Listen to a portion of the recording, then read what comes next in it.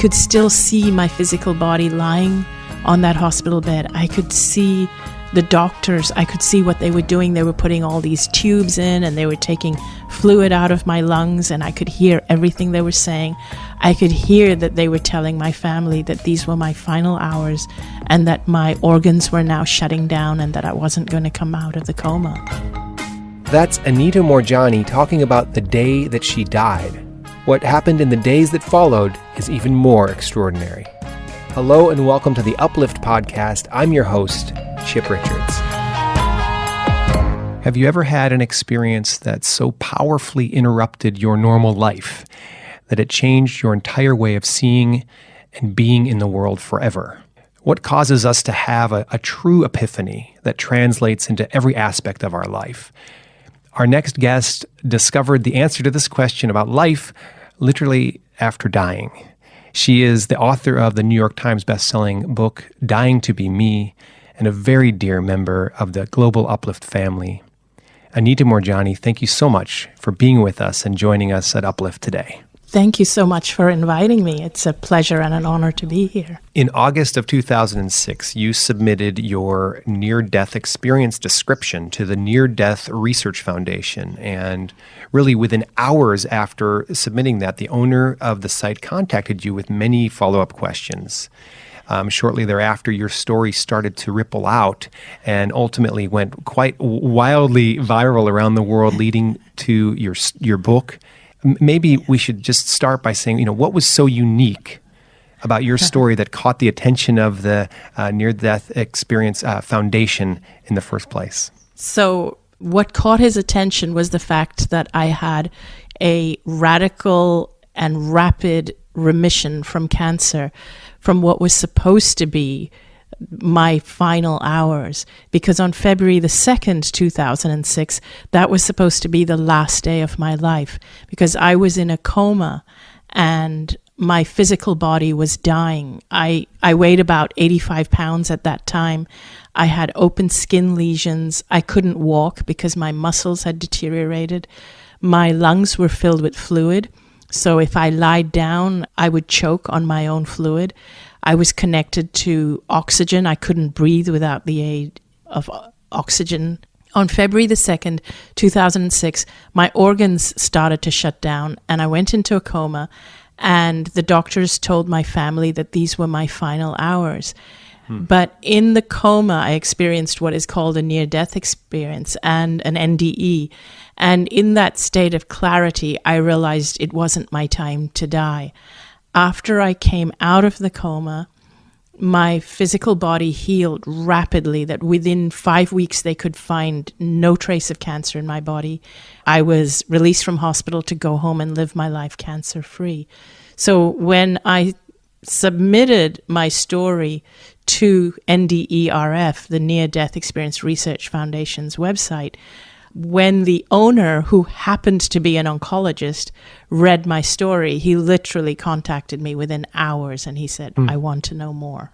Wow. Wow. Can you give us a little glimpse into the journey for you? What happened in that time between when the doctors said these are her last hours and when you emerged kind of ready to begin the new phase and chapter and renewed aspect of your life? Yeah, absolutely. I can tell you what happened. So I felt as though I had expanded out of my body. So I was no longer contained within my physical body. I was no longer looking out at the world through physical eyes. It was like I was outside of my body. But what's interesting is, because I was no longer in my physical body, I had no biology. So my vision was not like how it would be when you look through physical eyes. It was like I had 360-degree peripheral vision. I could see everything that was happening in the hospital room and beyond. I could see that my family was distraught. I could see my physical body lying there on the hospital bed. But the main thing I want to say is that I felt amazing. I felt so light and free And all the pain from the years of having the cancer and from the fluid in the lungs and the open skin lesions and the muscles being deteriorated and all of that discomfort was gone. It was like I was free from all of that. And I felt like I was just enveloped in this feeling of pure, unconditional love. It was like a kind of love that I don't remember ever experiencing before in physical life. And I call it unconditional love, but it was something much, much more powerful. I don't think there's a word to describe it in our English language. It was like I was loved just because I existed. I didn't have to do anything to prove myself. I just felt so amazing and powerful and magnificent because I had spent a lifetime of trying to be lovable, of trying to prove myself. And I'd spent a lifetime of always trying to do things to make people like me. I was a people pleaser and a bit of a doormat. And in this realm, I realized I didn't have to be any of those things or do any of those things. I was loved just because I existed. Up until that point, I had been fighting to stay alive. Like I had been fighting because I was so fearful of death. And yet death was actually the most beautiful state and the easiest state to be in. Was there a specific moment that you flipped from the physical body and from all of that burden and pain into that space, or was it kind of a slow transition? Or although for my physical body it was a slow transition of getting weaker and weaker and weaker, there was a point within me where internally I had been fighting to stay alive, and then I reached this point where I thought, I can't fight anymore. I just can't fight anymore, and I let go. And when I let go, it's like falling through this abyss, and then it's peace, and then tranquility, and then love, and then just beauty. And the weirdest thing is that even though I could feel all these things, I could still see my physical body lying on that hospital bed. I could see the doctors. I could see what they were doing. They were putting all these tubes in and they were taking fluid out of my lungs, and I could hear everything they were saying. I could hear that they were telling my family that these were my final hours and that my organs were now shutting down and that I wasn't going to come out of the coma. And did you have an emotional response to that, or were you sort of just observing it from a slightly detached place? Yes, I was detached from what was happening physically, because it sounds a bit of a dichotomy, but it was like I had this trust, I had this knowing that everything was going to be fine, that even if I died, everything was still going to be fine, that eventually I would reunite with my family again in the other realm. And time is not linear in the other realm. So what feels like a long time here in the physical would not be a long time over there. If you imagine a huge and complex tapestry, imagine that if you get really close to this tapestry, and this tapestry is huge, when you get really close, you notice that the tapestry is made up of these beautiful, colorful silk threads that are woven through it. Now, when you stand really far back, you see the whole picture, the complete picture, and the complete picture makes sense. Like you can see the rainbows and the trees and the butterflies and the grass and the mountains. But when you get really close to the tapestry, you notice you can actually see the grain, which is made up of these beautiful silk threads. Now imagine if each of these silk threads is a lifetime of a person, and imagine if one of those threads is your life. So as you are traveling along that silk thread of your life, you are not aware of the big picture. The only thing you're aware of is this point in time, this moment in time, which is one point of that thread as it travels along the tapestry to make the complete picture. So when we are living in physical life, we are one point of that thread. When we're outside of physical life, we see not only our entire life, the whole length of the thread, but we see where that thread has been and what other threads it's touched and where those threads have gone on to touch other threads. We see where your thread of life has yet to go, but you also see the completed picture of the whole tapestry of all these threads woven together. And you see that if your life is meant to end there, you still see the tapestry is complete and perfect, and that's where your life is meant to end. You can still see your family is there. They're there with you in the future. You can see the past, but you're seeing the whole thing at once because you can see the completed tapestry. Wow, I love that image so much. And so for you in that moment of, both seeing your body and the doctors and the family and everything in that 360 degree, but also in that moment having the big full tapestry view, what did you see or learn about the weaving of your thread in life that was a realization for you that maybe informed your coming back? When I saw the thread of my life, I realized that everything that happened for a reason. And also I could see how I had never allowed my light to shine fully. I'd never allowed myself to be who I am. I'd always suppressed myself. I'd always made myself small. And in this state, the way I felt, I realized that I was a facet of the universe or facet of God. I mean, we all are. And we are supposed to allow universal energy to just flow through us and shine its light as bright as possible. In other words, we're supposed to be who we are and be all of who we are. I'd never known that. I had always suppressed myself because I always feared I wasn't good enough. I'd never loved myself, and I didn't even know I was supposed to love myself. I thought it was selfish to love myself. In that realm, I realized I'm supposed to love myself like my life depends on it, because it does. Because when we love ourselves, we allow this God force energy to just shine through brilliantly. And I realized that when we don't love ourselves, we deny that. But who are we? What right do we have to deny this universal energy from expressing itself through us? That's why we came here. I had also, earlier on in my life, I had run away from an arranged marriage, which caused a lot of issues within my community and my family, and it brought a lot of shame. But when I saw this incident in the tapestry, I realized that even that was a good thing, because what it had done was I had, without even knowing it, had helped other women in my culture, younger women, to speak out and voice out about their rights and and I had inspired them not to go into arranged marriages because of what I'd done.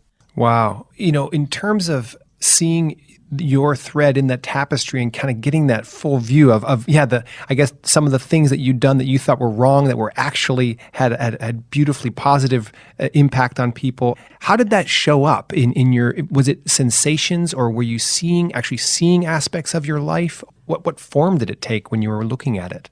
It was like an understanding or a clarity or an understanding of my purpose. It was like being able to see that I had intended to come into this world, and I believe we all have. That was why I had intended to come into this world, is to be and shine and help and also love myself. And so when looking at this tapestry, I could see exactly where along the path of my life I had allowed things to happen to me, to shame me and to feel that I wasn't good enough. All kinds of things related to my culture. And what happens is that when you feel this way about yourself, when you feel you're inferior, we take ourselves wherever we go. And when we take this energy with us, that's what the world reflects back at us. And we get confirmation all the time for what we're feeling. But when we know that we are powerful, amazing, magnificent, and we're supposed to express ourselves, that's the confirmation we get back from the world. And so that's why I started to understand that even though it felt like the world thought that of me, it was because I thought that of me. Wow. So there you are within that realization, surrounded by undescribable, unconditional, deep, magically love. What made you come back? I think that if it's somebody's time, if it's their time to go, they probably don't get the option. But So my dad had passed away 10 years before I had this experience. And he was there on the other side. His essence was there. And so he was the one who I had the turbulent relationship, who caused me to feel all the shame and everything that shaped me.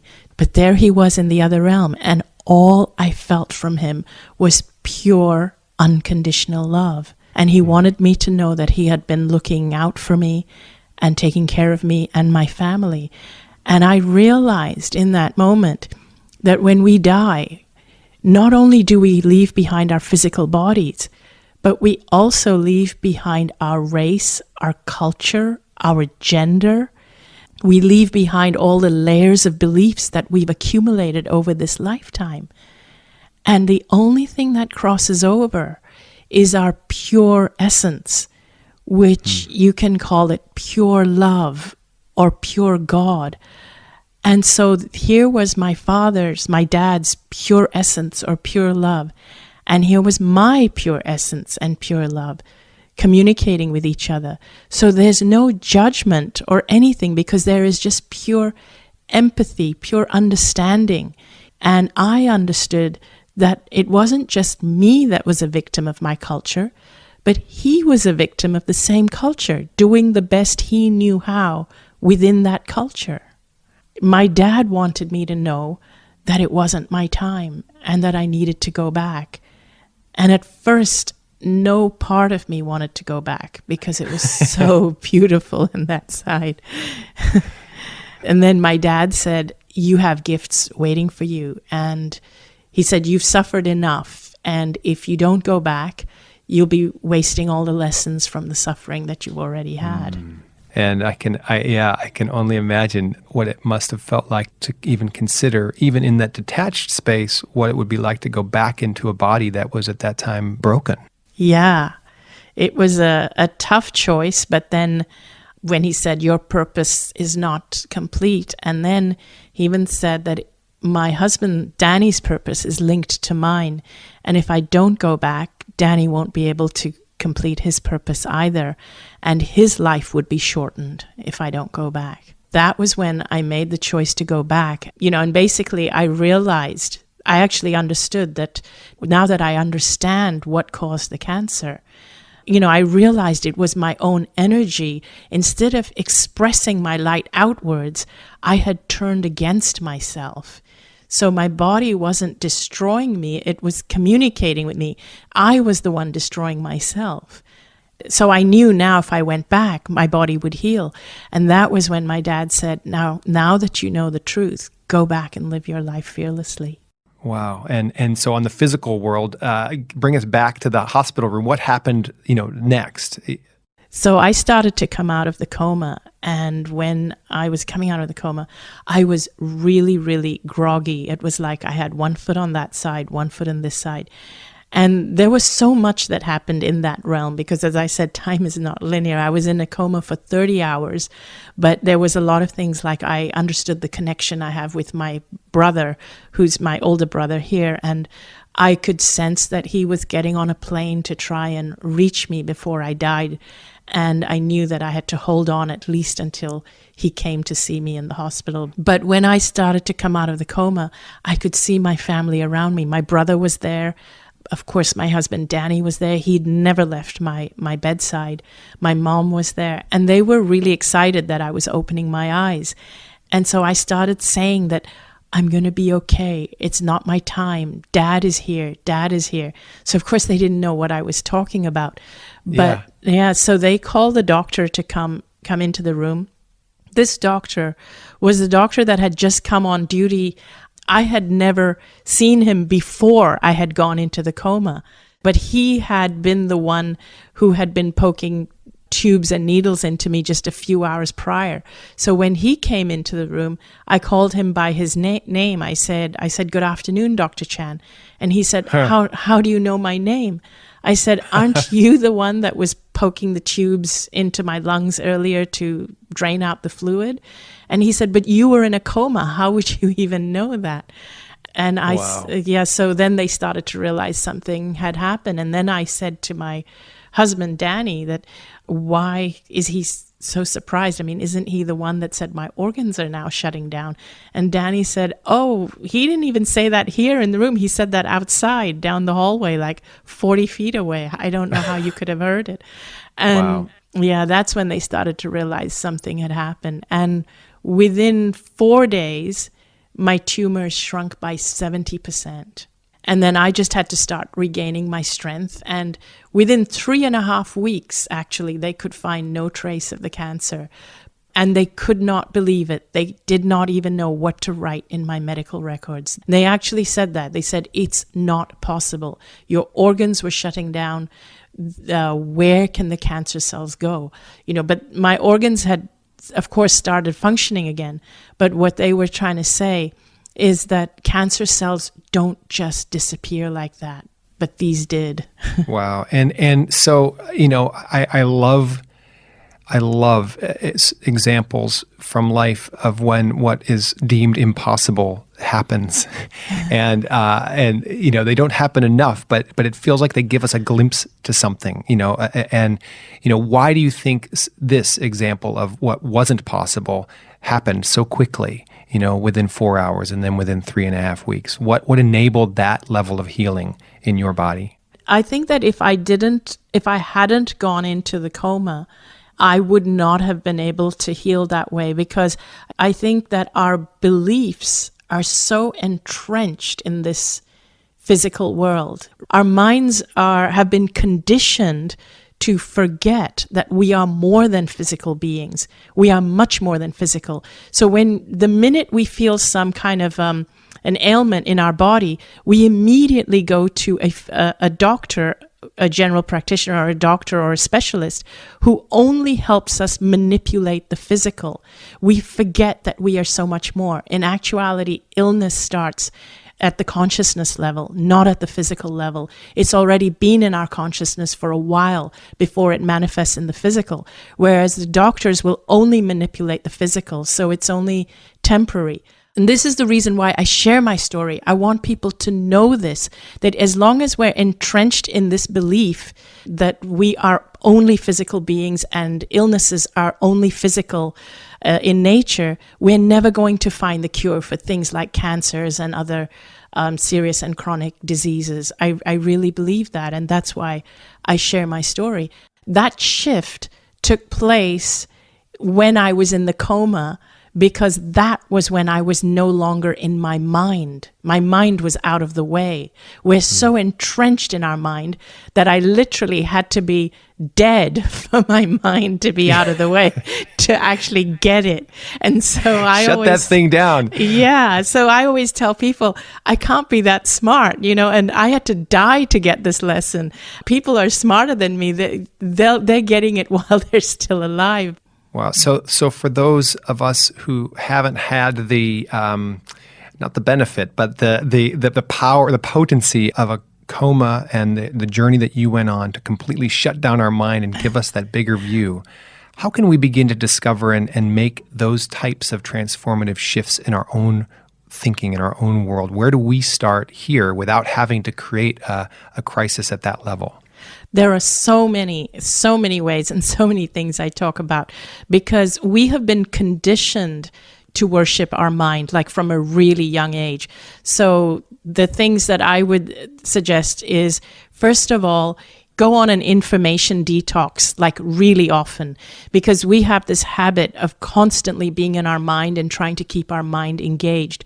But go on an information detox, because we have to create a space between our thoughts for insights to come in. Insights is our higher self trying to communicate with us. The more space you give yourself to receive insights, the more powerful you are.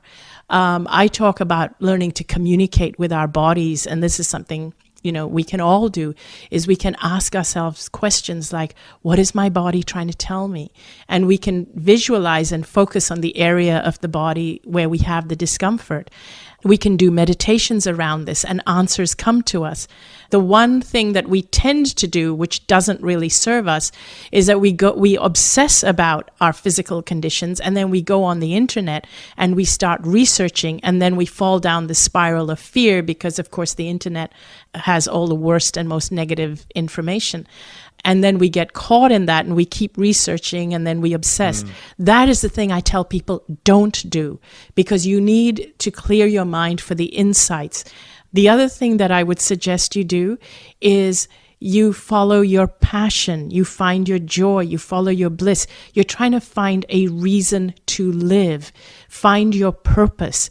It's not about fighting the illness. The illness, our bodies are not battlegrounds. So it's not about shifting your focus to fighting the illness. It's about shifting your focus to living life.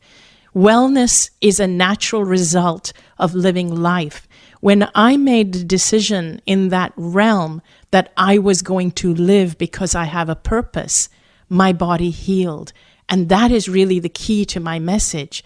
When you love yourself and you know you're worthy and deserving of good things and you know you have a purpose, your body will start to reflect that. It doesn't need you to constantly focus on how do I heal? What do I do? What's the supplements I have to take? What is the food I have to have? And living in that stress and fear of trying to fix your body or fight the illness. That's not what it wants.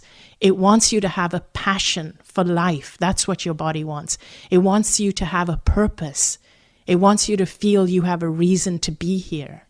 For the listener who might be starting from a place that at this moment feels far away from loving myself, or far away from feeling a sense of clear connection to my purpose, is there a simple step that we can take to actually re-engage the possibility of loving ourselves just for being who we are? Yes. Or opening to that whisper of the purpose or the passion that's in there waiting to be unleashed? Yes, there is. So people who don't love themselves or who feel unworthy or treat themselves as a doormat, anybody who falls anywhere in that category, they have one thing in common. They don't know how to receive. That's the one thing they all have in common. So, and whenever somebody gives you a gift, you immediately feel you have to make it up to them and give them twice as much. The universe gifts everybody equally. Everybody, but some of us just don't know how to receive. So this is the one thing I want you to look at in your journey to starting to love yourself. It would be to open up your ability to receive. That's all you have to do to begin with, because the rest will flow afterwards. Once you open yourself up to receive, it could be anything. If somebody gives you the right of way, know that you're deserving and worthy. Know that this is the way the universe takes care of you. You don't have to then go and make it up to them. Your job is to receive and then gift the world with who you are. And then other people will be natural recipients of who you are. So the only thing you have to do is learn to receive. If you don't know how to receive, what I'd like you to do is to start by practicing one random act of kindness for yourself every single day. And it has to be something that you wouldn't normally do, and you must make the time to do it. And I'll tell you why. Because even if you have no time in the day, when someone else asks you to do something, I know you will make time to do it. These are the people who listen to messages from you and me and from Uplift. They're the ones that will make time for everybody, but not for themselves. When other people are gifting you something, as I said, anything, receive it. Don't decline it. Receive it and thank them and know that you deserve it. I think I've just got one more question. Sure. You spoke before about, your moment of discovery of purpose. Is the receiving of our sense of purpose linked to what you were just describing in terms of learning to receive? Or, are there other distinctions or a place that we can bring ourselves to be open to that kind of lightning bolt clarity around our purpose? Receiving is a huge part of it. Many people don't really get the true importance of receiving, because when we don't know how to receive, it means that we feel we're not worthy of receiving. When we believe we're not worthy of this gift, we then believe we're not worthy of anything big, anything good happening in our life. And even having our purpose unfold before us, our purpose is there. Everybody's purpose is there. But if we're closed off to receiving, we won't see it. And a lot of people ask me, how do I find my purpose? So the purpose is not something you go out and find. You don't have to search for it. The purpose is inside you. The question we need to ask ourselves is, who am I? Who am I? As you go on a journey to discover who you are, your purpose will unfold before you. Because everybody's purpose is the same. It's to be who they are, nothing more. Very last question. For the individuals in your family who lost you and then you returned to them in full glory, there are also many who maybe put a lot of energy into fighting for someone's life or helping them or trying to kind of help them recover from something, but then they don't come back. Mm-hmm.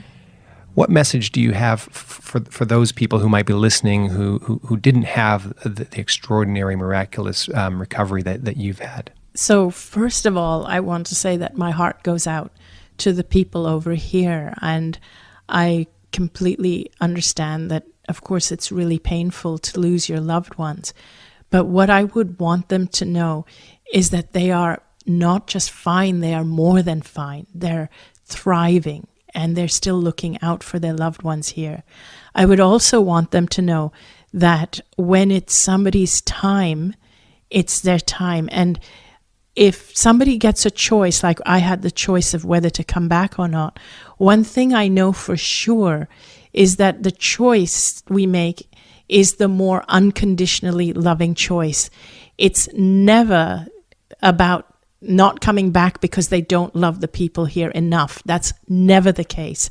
They would only choose not to come back if they truly believe that they could do more from that realm.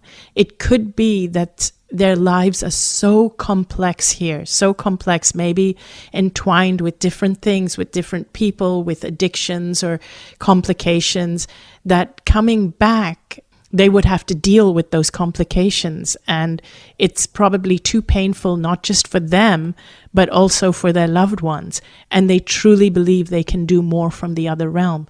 They are still there. They're still trying to communicate with you. They look out for you. And also, I'm not necessarily the lucky one for coming back. Maybe they're the lucky ones for getting to stay there.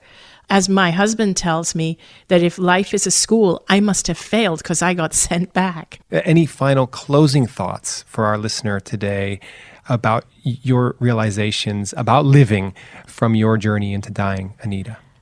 I have to say death taught me how to live. And what I learned is don't take life so seriously. Don't take spirituality too seriously.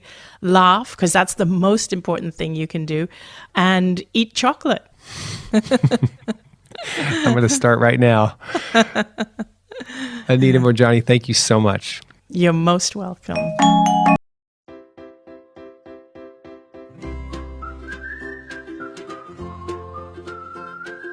For more updates, subscribe to our channel, click the show links and enjoy watching the videos.